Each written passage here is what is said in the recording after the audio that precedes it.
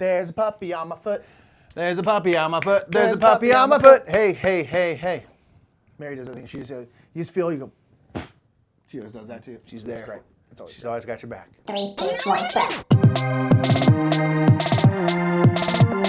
What's up, everybody? My name is Nick Murphy. I'm Mike Murphy. We are the Brothers Murph, and this is Rapid Reviews. We talk about everything we want. Oh, no, I started going to metagame minute mode right there. Oh, man, talking about something on our brain. We're talking about all the games we played in the month, in this case, of April 2021. That's right. So we played, I think, a total of 29 games. Yeah, it's a slightly slower month. We usually hit at least 30. That's one of my goals. But between us, I want one a day. Yeah.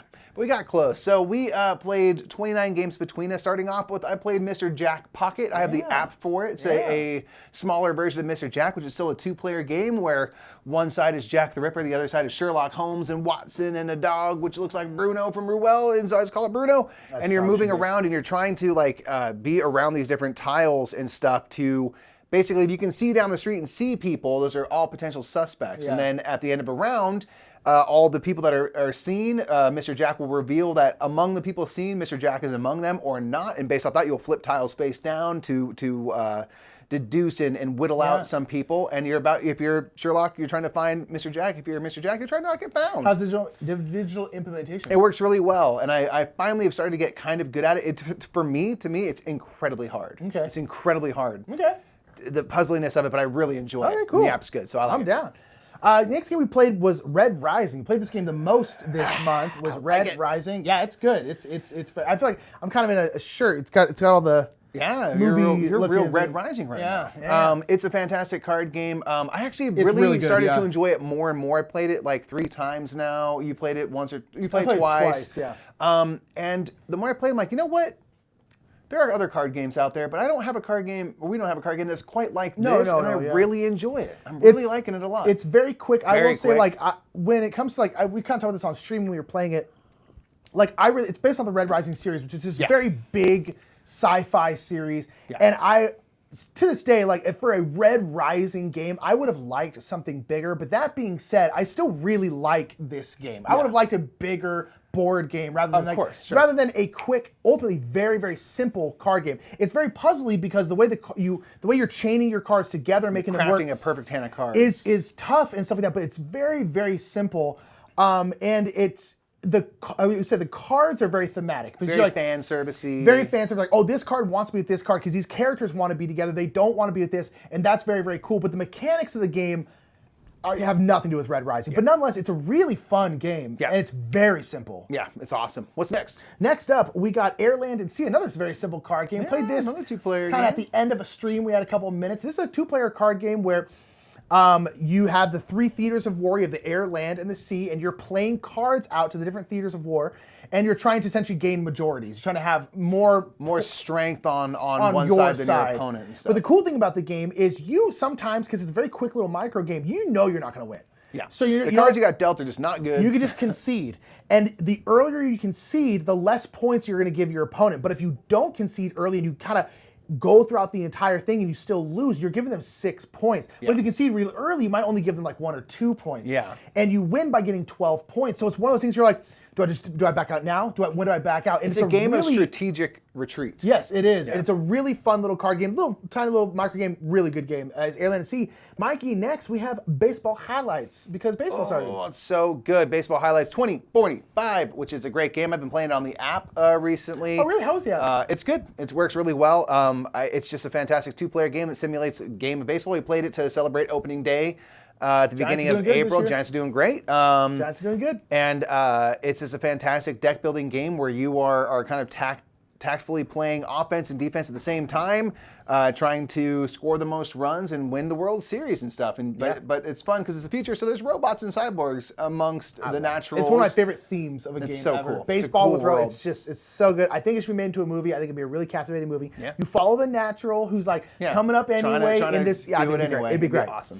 I played a game of Calico, a couple games of Calico actually. Because my roommates really love Calico. I brought it home because I figured my roommate Sam, she loves cats. So any kind of cat game, I always like, you should try this game. You think you'd like it, has cats. And they love it. They love the puzzle. It's the same thing. It's like always kind of like late night. We're like, let's play a game real quick. And we play Calico. It's great. Yeah, and so fantastic. Calico is a tile game. We're making a patchwork quilt, trying to attract kittens, trying to make Colors color match with buttons. groups. It's really, really good. It's very fun. It's very simple, very thinky. In that range of like late night, you want a little bit of thinky puzzle, but you don't want anything complicated. Calico it's incredible. Yep. What else? We also played a chai tea for 2. That's right. We are going to be streaming this at the end of the month, but we got a chance to play Chai Tea for 2, which is a 2-player version of Chai. Very much different than Chai. Like in terms of mechanically, it operates in a very different way. We're using these dice kind of workers to go around, and you are trying to move tea through these plantations, up these fields and stuff, to ultimately deliver them and have them go onto ships, and they ship across the world. It takes place in the past and stuff. And it's a really interesting, cool game. The engine you can build is super interesting. You can build all these engines because around your plantation board, where you have all your farms and stuff, you are putting these cards, which will help you kind of move your tea, the 6 different types of tea tokens up quicker and stuff. So you can move your cards around. They kind of give you these bumps and perks. So it is kind of an engine building game in a big way. It is, and you're trying to ship off the most tea to the best ships and stuff. And it's really fantastic. It's really, really, really cool. I'd say it's heavier than Chai, which is really interesting. I think so too. So definitely check out our stream of it coming up, because we really enjoyed it. That'll be on May.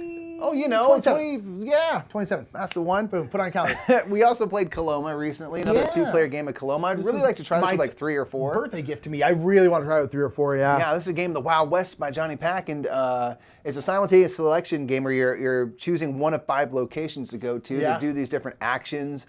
There's all these kind of cards which will give you bumps on these types of actions you're doing, give you better versions of them. There's kind of some engine building with that, and you're visiting different towns. You're building, you're surveying rivers and building bridges. You're going to a shootout and stuff. Really fun theme. It's really good. I would love to try with like 3 or 4, because it is simultaneous, so it's a little bit like, where's everyone going? The variant, the way they do it 2-player, does work very well, though. Yeah, and there's even another 2-player variant that we can try out, which I really want to do. So we just played the normal game, but Coloma is really fun. I played Cubitos again with my roommate, because he really likes Quacks of Quedlinburg. And Cubitos How'd it go over? He loved it. He absolutely loved it, and Cubitos is a really great kind of dice building game. It's kind of like deck building, but with dice. And it's kind of got a bit of a push your luck element like Quacks of Quedlinburg, and also you're buying new dice that give you special powers, and that's kind of like Quacks of Quedlinburg. But then on top of that, it's just a race game. But I really, really like Cubitos. It's one of my favorite games of this year. I really, really think it's outstanding. And I figured my roommate would like it, and he did. He liked it quite a bit because he likes that kind of push your luck stuff. And so Cubitos is great. It's got a ton of variety because all the dice have 7 different powers they can possibly have. So much And you choose which ones. There's tons of variety. There's 4 different maps. It's so good. John DeClaire, one of the best designers out there. It's just such a good time. You also got to play Eclipse Second Dawn. I did play Eclipse Second Dawn. The newer version, slightly streamlined, minor tweaks. What did you think of this new version? I thought it was, it's Eclipse. It's exactly the same. Okay. There's not much different? No, not really. There are, I guess, probably minor tweaks. I couldn't even tell you what they were. That's how minor they were. Eclipse is, I still like it. It's kind of my go-to if I want like a big 4X space game like all of that, or like Twilight Imperium or something like that. Yeah. I'll play Eclipse. I like Eclipse the most. I have the same problem with Eclipse that I always do, which is why it's never going to be super high on my list, because I just feel like a lot of it is pretty luck dependent. Because it's like, in terms of like what's around you, you start off on like your home hex, so your home quadrant has a couple different planets, and you are exploring the other hexes, and there's planets there that you can get resources from and all this kind of stuff. But sometimes when you explore a hex, sometimes there's like enemies on that hex that you have to defeat before you can get to the planets. The problem is it's just random what hex you turn over. Right. Like, it's just random. So I think there's always a situation where there's one person who gets horrible luck with exploring, where you are constantly surrounded by ships, and then you can't move out until you defeat those ships. And then other people have like, oh, no ship. Cool, I'm just gonna take this planet, this planet, this planet, this planet. And it's just one of those things where it's just like, and that happened to me in this game, and I couldn't get any materials, so I had no material production, so I couldn't build ships, which you need materials for, and I couldn't build ships to then kill those ships. And so it was just like, I feel like always one person just gets completely screwed with the luck. And so I do like Eclipse a lot.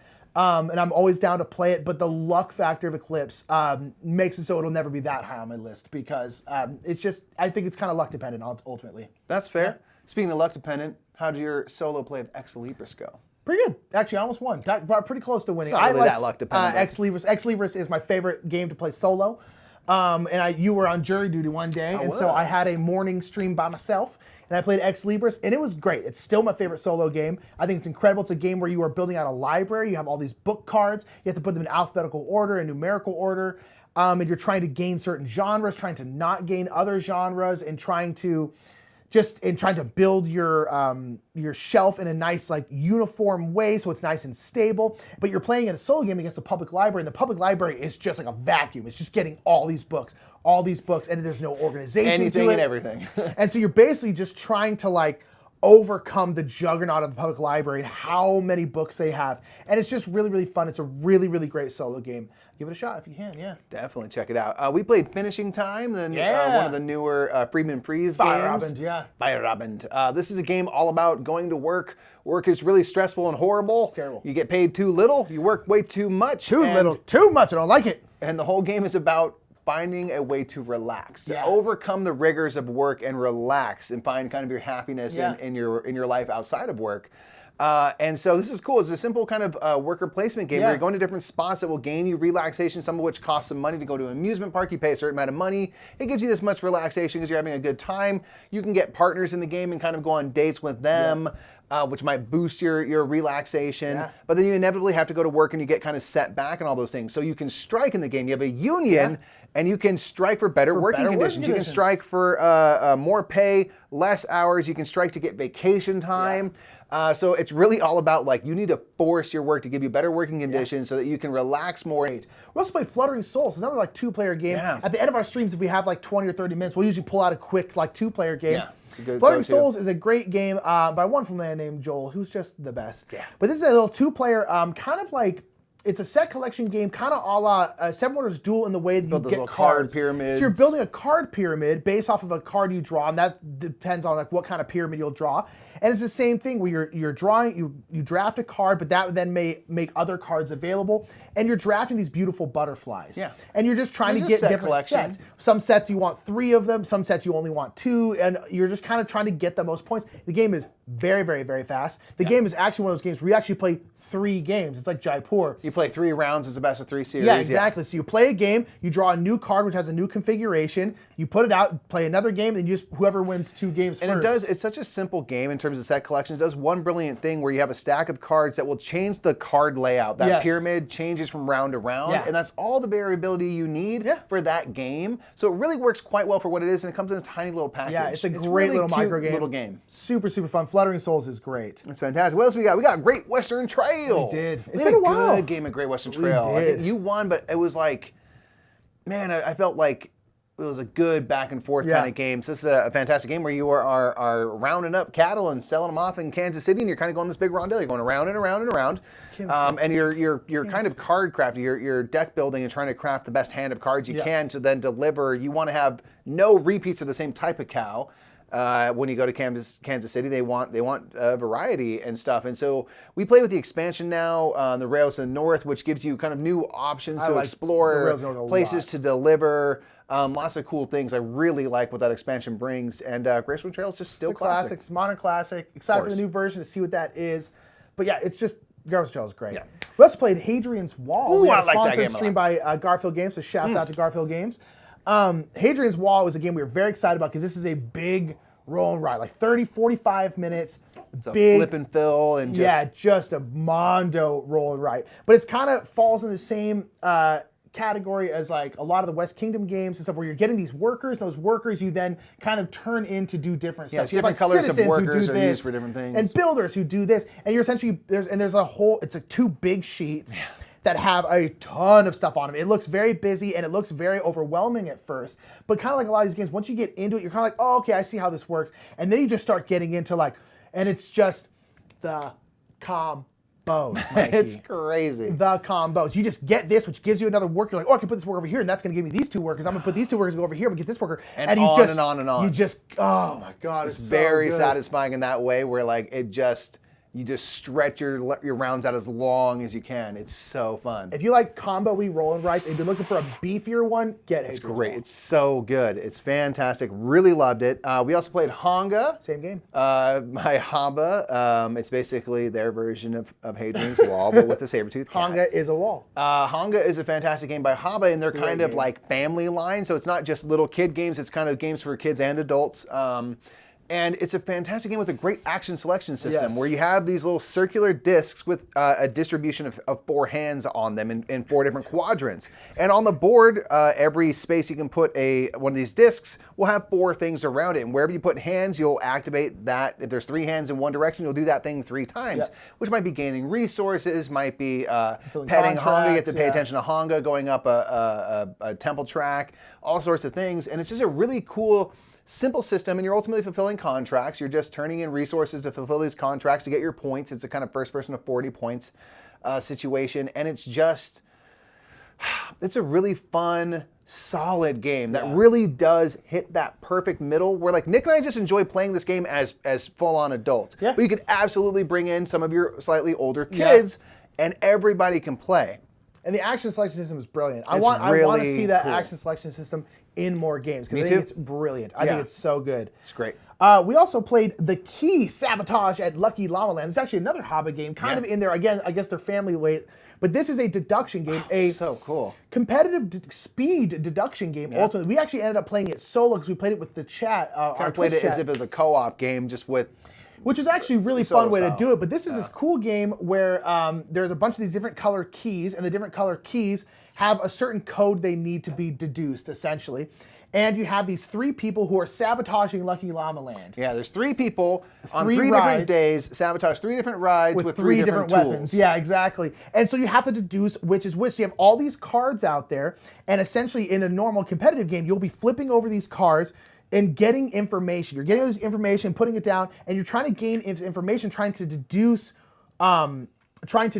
who did what, when, where, why. Yeah. But at the end of the game, each of the cards has a certain value on it. And the better the card, the more information it's going to give you, the higher the value. So at the end of the game, for all the people who got the deduction correct, you then count, and whoever has the lowest value of their cards, that's the person who wins the game. Because you did it with less information. So it's not necessarily about the speed, it's about you want to deduce it with the least amount of information you can. And it's such a cool idea, and it just works really well. Yeah, there's a lot of fun stuff. There's things where you have to look at a park map and like, okay, there's balloons over here, so that means that there's a lot of cool deduction you have to do. Really cool. It's a very clever game. 3 different versions that have different settings, different characters and stuff. Really neat game. Really cool idea. Really excited to try the others. Super well, yeah. Yeah, the key was fantastic. We played, speaking of key, we played Keystone North America, which is a game that's coming to Kickstarter. Yes. It's on Tabletopia right now. A lot of Kickstarter games are. And this is a beautiful, beautiful art. It's gorgeous. It's a tableau building game with all these different types of animals and stuff that have numbers, I think, 1 through 5.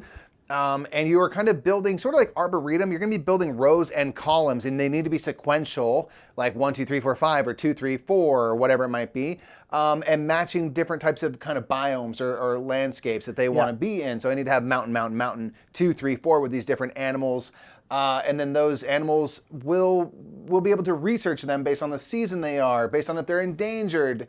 Certain animals have keys on them, which means that if they are part of a sequence, they get to score that sequence. Yeah, because they're a keystone part of that environment. Exactly. It's like a grizzly bear or something. You get to score that whole sequence one more time for every key you have. There's a lot of cool really kind of spatial puzzle things, and the art is just gorgeous. The art is ridiculous. And there's like these special action cards you can take, and that kind of times out the game. But most of your drafting tiles trying to get this puzzle of just, you're in a grid and you're just trying to get, again, you're going for each row will score and each column will score. So it's that constant, you're trying to think, and it falls into, for me, into that same like Calico thing where it's a tough puzzle, but it's still a relaxing game. Yeah. So it's kind of like a late night, let's play a really pretty, thinky game, and it's just sneaky thinky, you know? Sneaky thinky. It's really fun. I liked it a lot. Yeah, I really enjoyed that. We also played Long Shot the Dice game. We did. Did a few different sponsored streams for Perplex Games. Still love it. It's a fantastic roll and write horse racing game where you're all working Kind on... of like Downforce meets a roll and write. Yeah, these horse racer going on. You can make bets on horses, whoever you think's going to win and stuff. You can change those bets and things, and it's how you spend your money.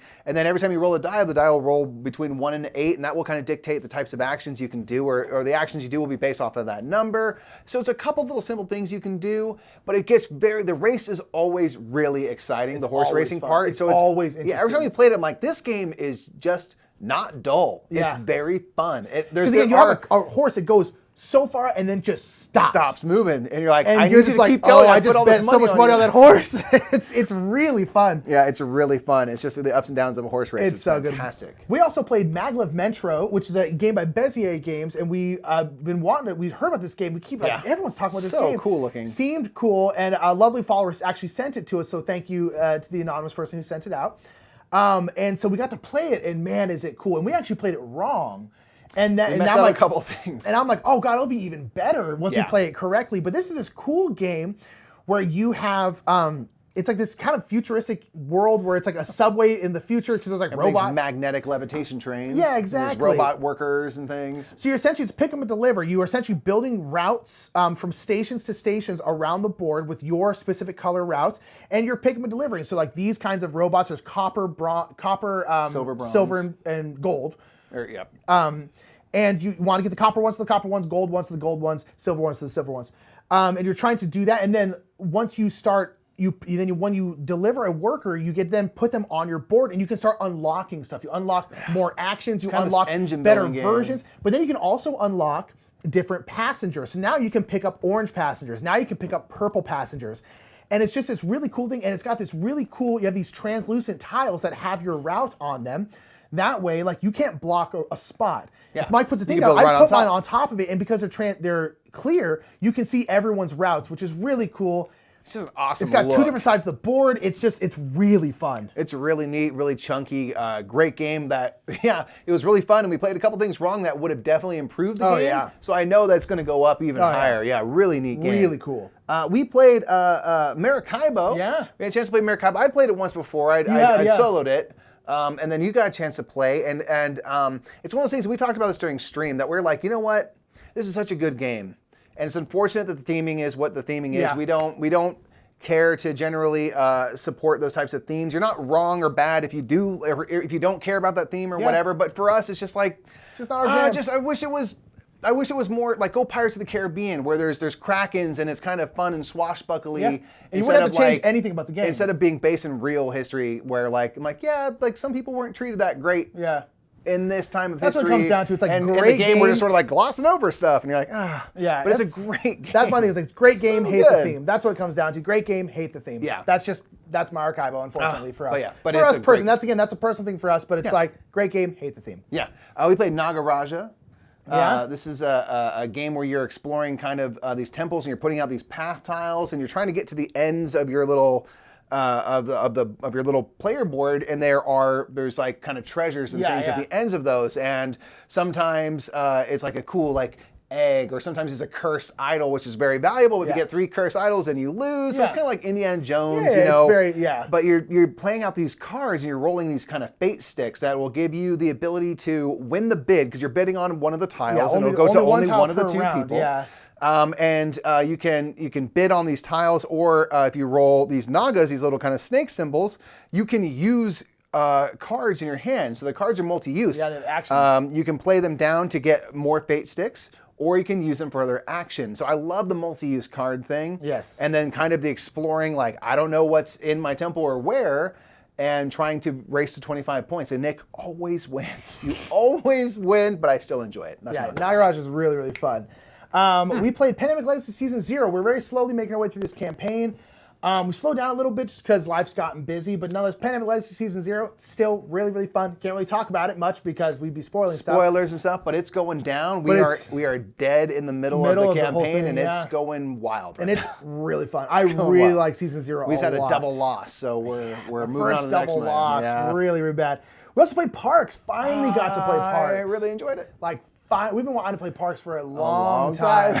Finally got to play Parks. It's on Tabletopia as well. It's on Tabletopia. Played it Played with Paula and Shay online and stuff, and it was so much fun. I really, really liked it. Talking about a gorgeous game. I mean, man. So pretty. You're going through the national parks and stuff. It's just gorgeous. Art's great. Super simple. You're going down a path and you're picking up tokens and basically spending those tokens to reserve and then visit national parks. It's just a great theme stuff. I'm like, man, this game is dope and it's very accessible, fantastic production. We've seen pictures of like the physical real game and stuff. Oh, it's just... and on Tabletopia it works well, but I would love to play it in person. I really want to play it in person. I would also play Patchwork. Again, one of those quick end of stream games we played. Still a really good game. This is a game where you're drafting these like Tetris type tiles, kind of started the polynomial craze I feel like this game did. And you're putting in a patchwork quilt and you're just trying to score buttons. Buttons are your money in this, and also just trying to fill out as much of your quilt as possible. Any empty spaces will be negative points at the end of the game. Right. And that's all it is. You're just drafting these tiles out in a big circle, and it's really great. It's still really brutal in terms of like, it's just hard to get what you need. Yeah, Patchwork's great. There's a lot of different versions of Patchwork. Yeah.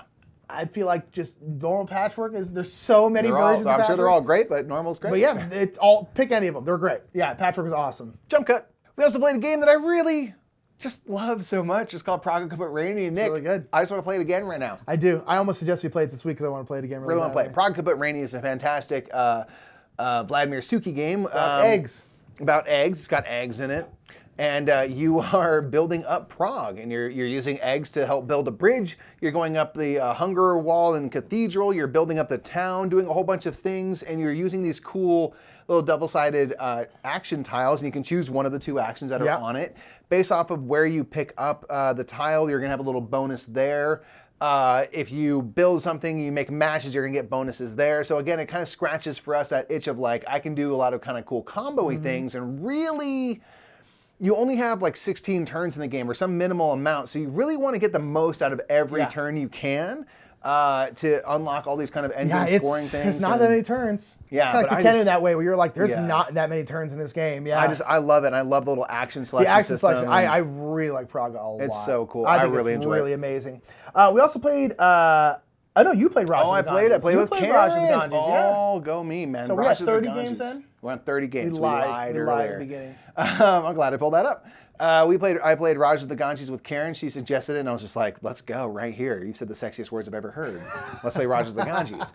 And it's fantastic. I love it. It's so good. You win? No, I didn't. I didn't love that part, but I did.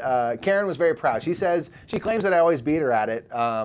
But based on how I performed in that last game, I doubt that I've ever won. She did very, very well. Yeah. And it's a fantastic game where you're trying to race to get your theme, your fame, and your money tracks across and stuff. You're kind of building up fame by putting all these different tiles into your kind of your province. Dice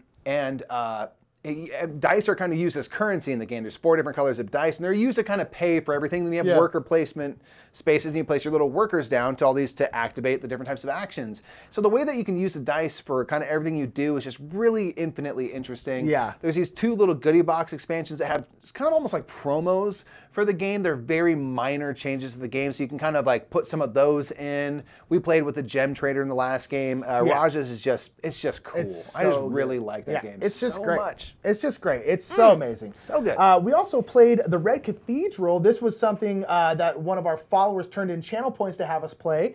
And yeah, we played this a while ago with Paula and Matthew on stream. Yeah. I've been wanting to play it again, and I still really like it. It's got this cool rondelle with all these dice, and you pick up a dice, and whatever the pip value on that, that's how many spaces you go around the rondelle. Yep. And then you go there, and then you basically get resources for the most part, and then you might be able to take an action as well. Then all the dice that are there, you roll them all out, and then you kind of keep going like that. Yeah. And you're essentially trying to build out this big red cathedral, which is in Russia. And they need certain resources to build different parts of it. It's built out with these cards kind of going up. And so you can, and depending on the player count, the cathedral gets bigger. And it's really, really fun. It's pretty simple ultimately. Yeah, I really enjoy it. It's really, really good. I actually do I like the rondelle a lot. And yeah, I just like Red Cathedral a lot. It's fantastic. Really liked it. We played Rome and Roll. That's right. We played Rome and Roll. This is a month of like big roll and writes. Big roll and writes. So we were very interested in Rome and Roll when it went to Kickstarter last year. And then it came out and we ordered it. We didn't end up backing it, but we just ordered it. And it's a big old roll and write game where you are building up buildings in Rome. You're kind of rebuilding after a great fire in Rome, and you're trying to kind of be the most influential person in the town. And so you're building up these different buildings, which will give you access to different abilities and stuff. There's different types of actions you can do, and you have this kind of player board. So all 4 players, we're all kind of different characters. So we have slightly different things we can do, slightly different kind of goals.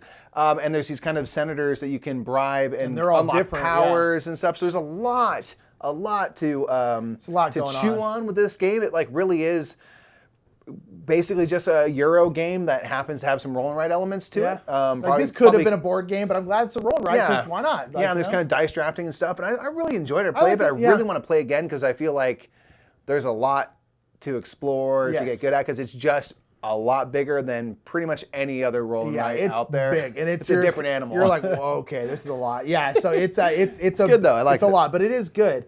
So what else do we have? Oh gosh, I lost it. Seasons. Let's talk about Seasons. Oh, that's right. Seasons is great. Seasons is a great engine builder game where you are. You crushed me, man. I did. I had a good game of Seasons. I had a very good game of Seasons. But you're living out, you're having this big, cool festival going on. This big celebration takes place over 3 years. And each year you're going through the seasons. So you have, summer, spring, winter, fall, not in that order. That would be weird. I don't know why I went in that order we did. But each season you'll roll out the dice. The dice are going to give you different elements. Earth, air, fire, water. I'm very upset with how you did that. Summer, spring, winter, fall. I guess you did go backward, but you didn't start from the beginning. Summer, spring. You did go in an order. Right. It was just not an order I would have chose. But nonetheless, you use those elements to put these cards into play. The cards do a billion different things. You're ultimately trying to gain crystals. Crystals are the points in this game. But it's got this big engine builder where you can exhaust certain cards to do stuff. You can mess with each other a little bit. It can be kind of a mean game sometimes, but it's really good. We had this game for a long time, and it's just still great. It's just still great. It's awesome. Finally, we played Terraforming Mars, a classic. We played straight up base game with Prelude, which is just obviously the base game now, in my opinion. Yeah, and we played a classic game of it, another one that you won. And this was a really good back and forth. Yes. I feel like it was a very evenly matched game. Where we both did quite well, I think, of what we were trying to do, and then you just outpaced me. I was trying to get further ahead in the Terraform rating in game, because I knew you had more end game, and I didn't quite do it. You caught up with me, and then Nick took it at the end. I had a good month. I won a lot of games this month. Mine probably wins like 60% of the games. This month, I won a lot of. But then that streak has stopped, so it's over. But for a couple weeks, I was like, I'm crushed. Yeah, and not only did I lose, I lost handily most of the time. Yeah, I had a very good month for you. But Terraforming Mars is great. I still love it. It's great. Base game, Prelude's all you need. Everything else is fine if you want it, but like, it's so good. Great.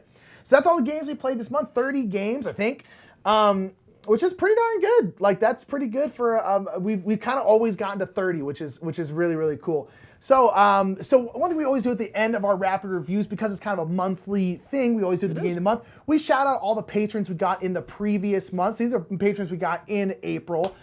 So thank you to everyone who supports our Patreon. But the new people, part of the fam, we got Kyle, we got Daniel, we got Ian from Scotland, we got Patrick, we got 85 Fella, and we got Micah. Thank you so much to all our patrons. It means a lot that people would just be like, I like these bing bongs. Here's $1 a month. Like, I'll sign off on this madness. Yeah, it's like it really means more than we can ever say, and it keeps us being able to do this. Like, if Patreon went away, we would have to get jobs.